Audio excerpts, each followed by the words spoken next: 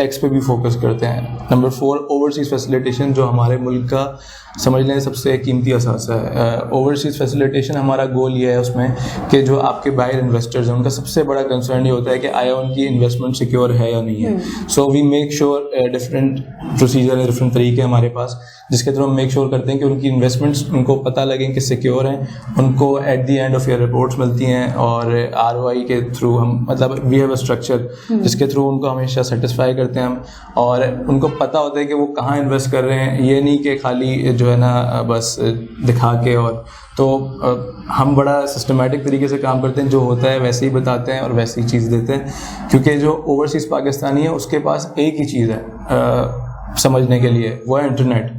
اور انٹرنیٹ کے بعد وہ کس پہ بھروسہ کرے گا؟ وہ بھروسہ کرے گا پاکستانی پر, کہ جو اس کا پاکستانی پاکستان کے اندر ہے, اور جب وہ بھروسے کے قابل نہیں ہوگا تو وہ کیسے انویسٹ کرے گا؟ تو باہر سے تو ابھی تو ہمیں ویسے ہی فائنینسز کی ضرورت ہے کنٹری کے اندر, تو اگر ہمارے وہ لوگ جو باہر محنت کر رہے ہیں, اتنی محنت ساری زندگیاں لگاتے ہیں, تو ان کو جب وہ یہاں پہ پاکستان ہے, ان کا اپنا گھر ہو, تو دے فیل سیٹسفائڈ, ان کو خوشی ہوتی ہے. سو دس از. اچھا, جو ہاؤسنگ سیکٹر میں تبدیلی آئی ہے تو آپ کیا سمجھتے ہیں اس سے باقی لوگوں کو, ہم عام لوگوں کو کیا فائدہ ہوا ہے؟ اچھا جی, دیکھیں, اگر ہم میں ویور سے بھی کہنا چاہوں گا کہ اگر ہم پچھلے 2 سال کو یا 3 سال کو اسیس کریں تو کنسٹرکشن انڈسٹری میں کافی بوم تھا. بوم سے مراد یہ کہ جیسے اگر ہم دیکھیں نیا پاکستان ہاؤسنگ اسکیم, اس نے بحریہ میں بھی چارم ڈالا. بحریہ گرینز جاتے ہیں اگر, تو سامنے آپ دیکھتے ہیں نیا پاکستان ہاؤسنگ اسکیم کا ایک بہت اچھا ماڈل سامنے بن رہا ہے. اور اوور آل اگر ہم دیکھیں تو ارسپیکٹیو آف جو پولیٹیکل کرائسس ابھی چل رہے ہیں, اس کو ہٹا کے اگر ہم بات کریں تو ٹیکس ایمنیسٹی جو پہلے آئی تھی, اس میں لوگوں کو بڑا بینیفٹ ہوا, کیونکہ اس میں ٹیکس ویورز تھے. اگر آپ پراپرٹی میں انویسٹ کرتے ہیں تو آپ کو ویورز ملتے ہیں. تو یہ بڑے کم لوگوں کو چیزیں پتہ ہوتی ہیں, جس کا میں پرسنلی چاہتا ہوں کہ آپ لوگ بھی اپنے چینل کے تھرو اویئرنیس یہ کریٹ کریں کہ لوگوں کو ٹیکسیشن میں, اور گورنمنٹ ضروری نہیں کہ ٹیکس دینا برا نہیں ہے, ٹیکس دینا ایک اچھی بات ہے, اور گورنمنٹ فیسیلیٹیشن بھی دیتی ہے. جیسے نیا پاکستان ہاؤسنگ اسکیم, ہر پاکستانی کا اپنا گھر کم پیسوں میں آپ نہیں دیکھ سکتے. آپ بتائیں 50 لاکھ روپے میں آج کل کوئی کسی بندے کے پاس نہیں ہے, تو گورنمنٹ فیسیلیٹیٹ کر رہی ہے, اس کا مطلب ہے گورنمنٹ آپشن دے رہی ہے.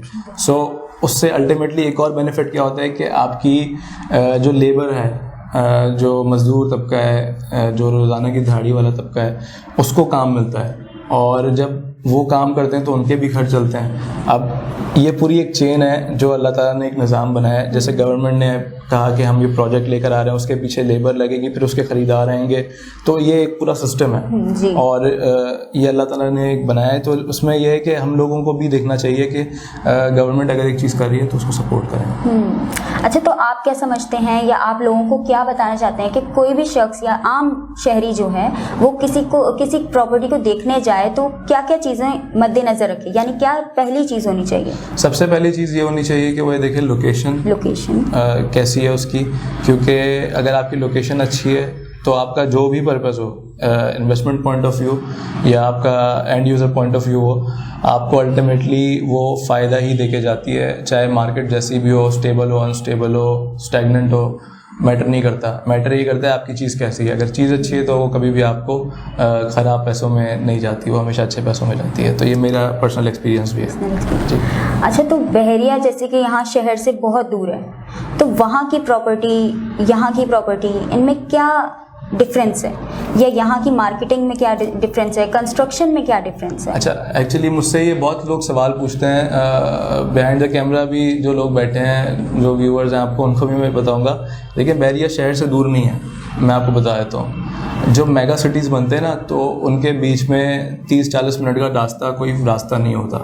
آپ کراچی میں رہ رہے ہیں, اور کراچی از a mega city, metropolitan city ہے ہمارا, اور الٹیمیٹلی شہر وہاں تک جانا ہی ہے, بلکہ اس سے آگے جانا ہے. یہ فیوچر میں انشاءاللہ ہوگا.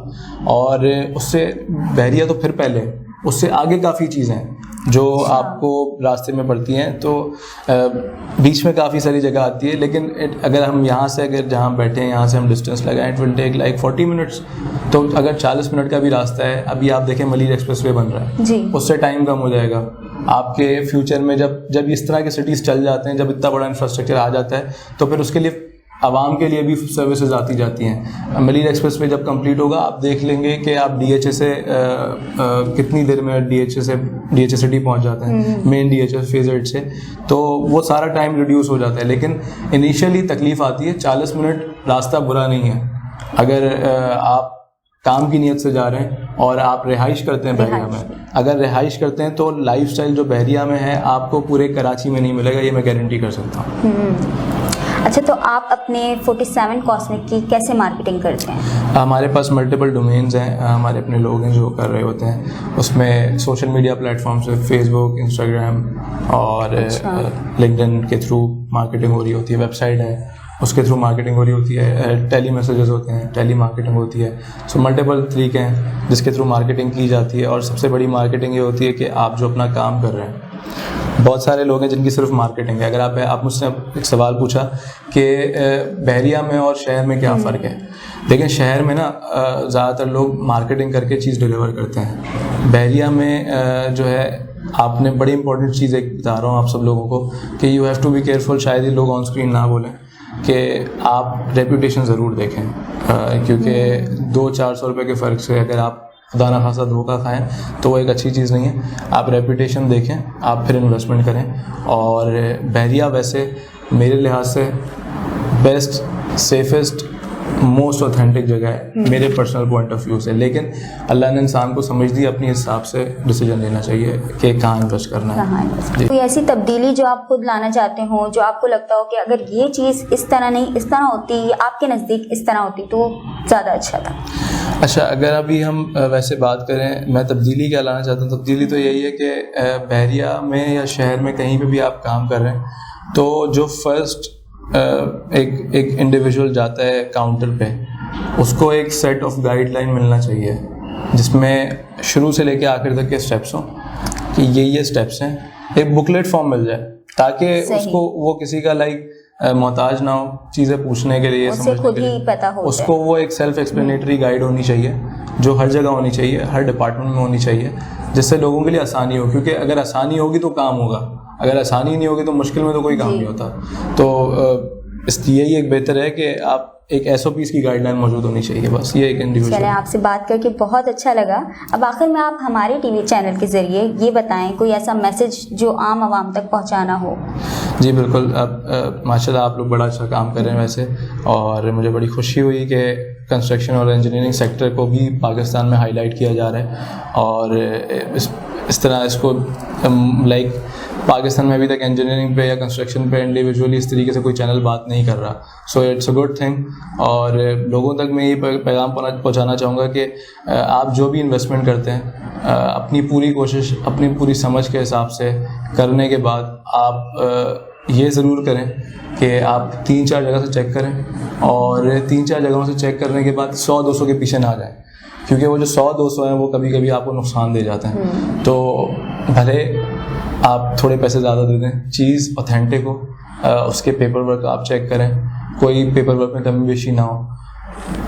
اور اگر اس سے ہٹ کے ہم بات کریں تو ایک امپورٹنٹ چیز یہی ہے کہ location, never compromise on the location. Location must ہے. کچھ بھی کر رہے ہو آپ پراپرٹی میں, پہلے آپ نے لے کے رکھنا ہے اس کو.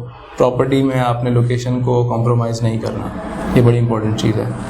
تو آپ نے سنی 47 کاسمک کے چیف آپریٹنگ آفیسر محمد ارشاد کی باتیں, اور آج آپ لوگوں کی نالج میں بہت اضافہ ہوا ہوگا کیونکہ انہوں نے جس طرح سے گائیڈنس دی ہے, لوگوں تک اپنی انفارمیشن پہنچائی ہے, لوگوں کو معلومات دی ہے کہ پراپرٹی دیکھنے میں سب سے پہلے میٹر کرتی ہے لوکیشن, سیکنڈ میٹر کرتی ہے کہ آپ کچھ پیسوں کے بچانے کے چکر میں کسی فراڈ کے ہاتھ نہ لگ جائیں. تو پھر میں چلتی ہوں, روحا فاطمہ آپ سے اللہ حافظ کرتی ہوں. پھر ملاقات ہوگی ایک نئی ویڈیو کے ساتھ.